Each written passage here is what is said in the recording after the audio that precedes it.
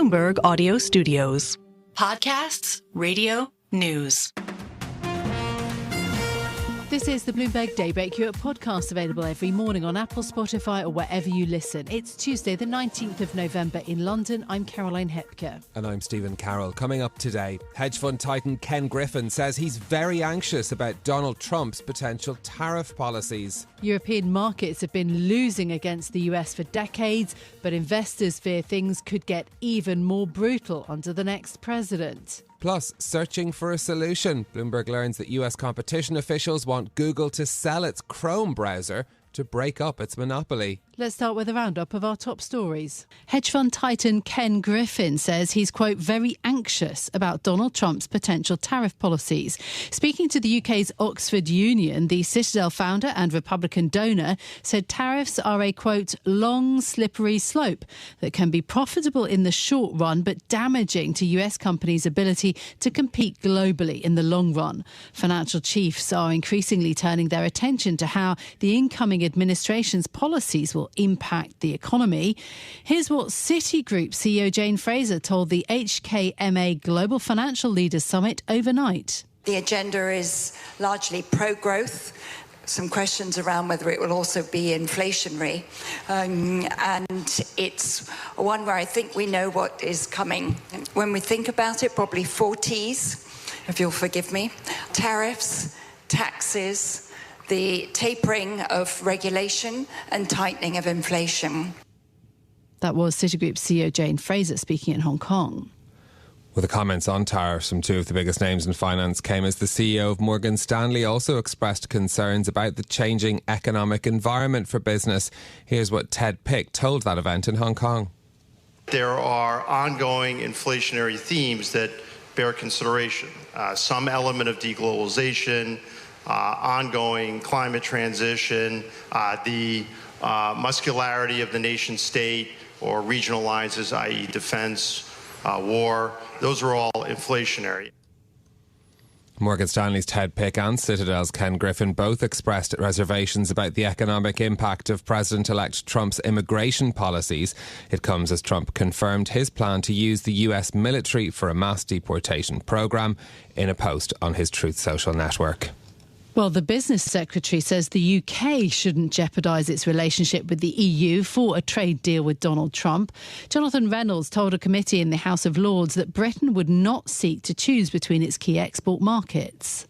I mean, the US is a major and important trading partner for the UK, £300 billion of bilateral trade. But, compared to the EU with over £800 billion of bilateral trade, clearly, if there are things that we are offered or asked to do that would result in an adverse relationship on the European side, we'd have to weigh the consequences of that. The comments from the business secretary come as the Labour government looks for ways to boost trade and growth. Prime Minister Keir Starmer told reporters at the G20 that he would restart talks on a UK-India free trade agreement next year. Negotiations on that deal stalled in May after 2 years, despite the strong personal relationship between the former Prime Minister Rishi Sunak and India's Narendra Modi. European Central Bank President says the European Union should be pooling its resources. Speaking at an event in Paris, Christine Lagarde said boosting productivity growth in areas like defence and climate should be a priority. Her call for greater integration echoes warnings from other policymakers who say Donald Trump's return to the White House could accelerate a new era of protectionism. Russia's invasion of Ukraine has now entered its 1,000th day, with tens of thousands of people killed on both sides. The US President Joe Biden has now authorised Ukraine's use of long-range missiles to strike targets inside Russia. But at the G20, the UK Prime Minister Keir Starmer refused to be drawn on the specifics of Britain's policy. I'm not going to get into operational details because Putin is the only winner in that situation. But I've been really clear for a long time now. We need to double down. We need to make sure Ukraine has what is necessary for as long as necessary, because we cannot allow Putin to win this war. Starmer's comments have been echoed by French officials attending the G20 summit. They have also refused to say whether Kyiv would be allowed to use their missiles against targets in Russia. Meanwhile, German Chancellor Olaf Scholz has maintained his decision not to give Ukraine access to their long-range missiles, saying that he needs to act prudently. Bloomberg has learned that top competition law officials at the US Justice Department have asked a federal judge to force Google to sell off its Chrome browser. More now from Doug Krisner. We're told the DOJ will ask federal judge Amit Mehta to also require measures related to artificial intelligence and Google's Android smartphone operating system. Mehta is the same judge who ruled back in August that Google illegally monopolized the search market. Now, DOJ officials, along with states that have joined the case, also plan to recommend Meta impose data licensing requirements. And if Meta accepts these proposals, they have the potential to reshape the online search market and the developing AI industry. By the way, this case was filed under the first Trump administration and continued under President Biden. In New York, I'm Doug Krisner, Bloomberg Radio. A Hong Kong court has sentenced 45 pro-democracy activists to up to 10 years in jail. The former democracy advocate Benny Tai was handed down the longest sentence under China's security law for organising unofficial primary polls in 2020 for the Legislative Council. Former youth activist Joshua Wong got 4 years and 8 months. The US has called the case politically motivated. The mass arrests of democracy advocates in 2021 effectively silenced the city's entire political opposition and is likely to further deter dissent in Hong Kong.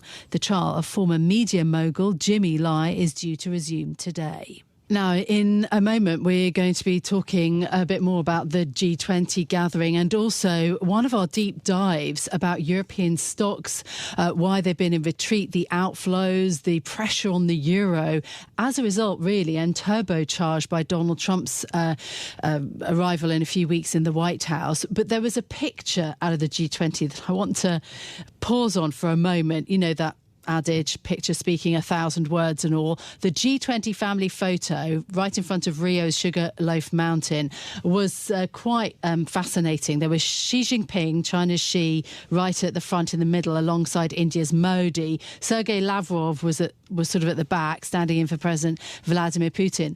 But there was no President Joe Biden. It was like geopolitical spot the difference. It's like, who's missing from this photo that we should be able to recognise? So no Joe Biden, a couple of other notable absences as well, though. Italy's Giorgia Meloni wasn't there.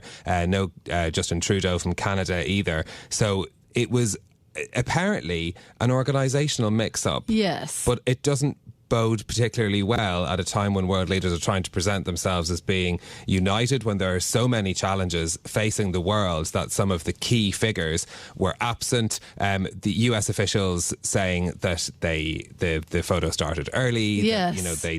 But the symbolism is all there, isn't it? That Biden sort of wasn't particularly visible maybe at the gathering. Mind you, it's not the only one who's perhaps coming to the end maybe of their political tenure. I mean, you've got Germany's Olaf Scholz and also France's Emmanuel Macron kind of seen also as maybe lame duck in their administrations. Well, let's focus from the symbolism to the substance of what the leaders were discussing at the G20 in Rio. Of course, many of them looking to the potential impact of what Donald Trump and the White House might mean for trade and diplomatic relations. Let's bring in our EMEA News Director, Rosalind Matheson, who joins us in studio for more. The issue of trade hanging over this gathering, Ros, because everyone is thinking about what's going to change come January, how international relations through the medium of trade could be upended, a particular concern for European leaders. Well, you were just talking about symbolism and substance, and in fact both of those things tend to come together in a G20 communique, which a lot of people say communique is a communique, but you always look for certain words in the communique in certain language, and particularly in the first Donald Trump administration, the language around trade became extremely fraught in his communiques. And in fact, he famously ripped up a communique at the G7 summit, I think it was in Canada, after he had signed it. And so you can see that that's hanging over this meeting. You've got European leaders, Macron only a couple of days ago, warning of the risk of Europe being pulled into a trade war, not just with the US, but also with China. So multiple fronts happening. And that's because Donald Trump is talking about tariffs of, 10 to 20%. Even on countries that he would consider to be his allies and his friends. He sees every country, really, when it comes to business as being a competitor. So Europe is looking down the barrel of tariffs. And we know, of course, again, in the first Trump administration, there was a lot of tension over steel and iron in particular. We can imagine that coming back. But also there's a lot of other sectors that could become problematic. And so you're seeing a lot of language at the G20 amongst leaders, perhaps not in the communique, but about the need to preserve that kind of global rules-based order, which is not just about security, it's also about trade. Yeah, absolutely. Bloomberg intelligence economist Anna Wong has done some extremely interesting analysis in terms of, on aggregate, how much she thinks it's going to increase tariffs. The base case being that weighted tariffs will increase by 5 percentage points, so from about 3% currently to the expectation of 8% at the end of 2026. So that's the kind of Bloomberg analysis of the situation. The text, as you mentioned, is also so important. On the war in Ukraine and the crisis in the Middle East, does seem to be that the language is papering over some really deep divides and differences. And we can see some of the leaders are even acknowledging that before the communique is sort of officially done, although it's normally they try and get it done before the meeting begins, including Olaf Scholz, the German leader, who was there saying, hang on, I think the language here is not strong enough in support of Ukraine, and also in recognising that Hamas did in fact attack Israel on October 7 last year. And so you can see the language is trying to be very generic in both places. In Ukraine, it's sort of talking mostly about things like food security and the need for food security in the region, not the fact that this war has been going on for more than 2 years. And we're probably getting to the point where Ukraine's going to be forced in some fashion to negotiate. And again, the statements of needing to keep supporting Ukraine seem to be there. But in the ether, in the conversations behind the scenes at the meeting, is the reality of, well, we can't keep sending military and financial aid there, into perpetuity. And so there's going to have to be talks at some point. OK, well, plenty more to watch from the G20. For now, Rosalind Matheson, our EMEA News Director, thank you. Now, in the days since the US election, European stocks have retreated, outflows have picked up and the euro has skidded towards parity with the US dollar. Now the trend is being turbocharged by Trump's proposed policy mix of tariffs, deregulation and loose fiscal policy and tax cuts in America. Joining us now to discuss is Bloomberg's Farah Al-Barawi, who leads our team covering European equities. Farah, thank you for being with us. What's the backdrop for stocks and what's being priced into European equities markets right now? Good morning. Well, you have really investors ascribing such a steep discount to European equities versus the U.S. That's a 40% at a record low for Europe versus the U.S. And the underperformance of the Stoxx 600 versus the S&P 500 is one of the widest on record this year. So investors clearly aren't favoring Europe. And you have a lot of outflows coming through and now recommending to buy Europe is a contrarian call because the U.S. is just providing a lot more growth, a lot more diversification. You have the AI plays, and Europe really doesn't have something similar to that. And all the passive inflows are generally geared towards the U.S. If you look at the composition of the U.S. market, you have about 8 companies that are valued at more than $1 trillion.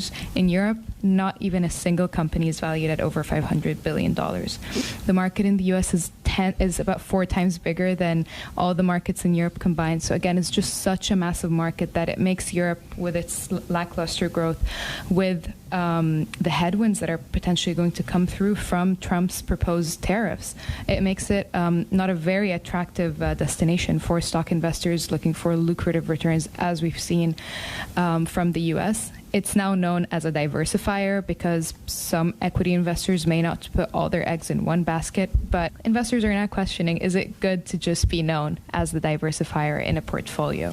What about the outlook for the euro as well? Some strategists even saying that parity could be on the way for euro dollar. Absolutely. And that call for parity is only increasing. It's not decreasing.